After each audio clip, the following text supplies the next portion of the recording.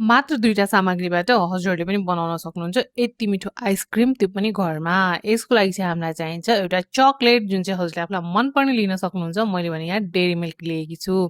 यसलाई भिडियोमा देखाए जसरी काट्नुहोला र माथिबाट एक पिस निकालेर यसलाई साइडमा राख्नुहोला। यसलाई पछि युज गर्नेछौँ।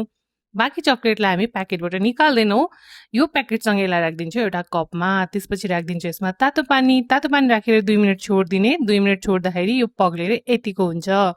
चकलेट पग्लिसकेपछि यसमा राखिदिन्छौँ तताएर सेलाएको दुध राखिसकेपछि अब यसलाई गरिदिन्छौँ मिक्स गरिदिसकेपछि अब यसमा राखिदिन्छौँ थोरै ड्राई फ्रुट्स, जसमा चाहिँ मैले लिए आलमन्ड काटेको र अघि हामीले निकालेको चकलेटलाई सानो सानो पिस पारेर राखिदिने। यो राखिदिसकेपछि अब फेरि यसलाई तातो पानी फ्याँकेर त्यही कपमा राखिदिन्छौँ र माथिबाट थपिदिन्छौँ थोरै दुध, प्याकेटभन्दा बाहिर नजाने गरी। दुध थपिसकेपछि अब यसलाई पक्रिने स्ट्यान्ड लगाइदिने। त्यसपछि यसलाई राखिदिने डिप फ्रिजमा 3-4 घण्टा राम्रोसँग सेट हुनको लागि।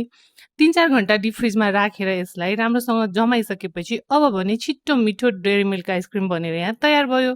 फटाफट हजुरहरूले पनि यसरी नै थोरै सामग्रीमा यो आइसक्रिम घरमा बनाउन सक्नुहुन्छ।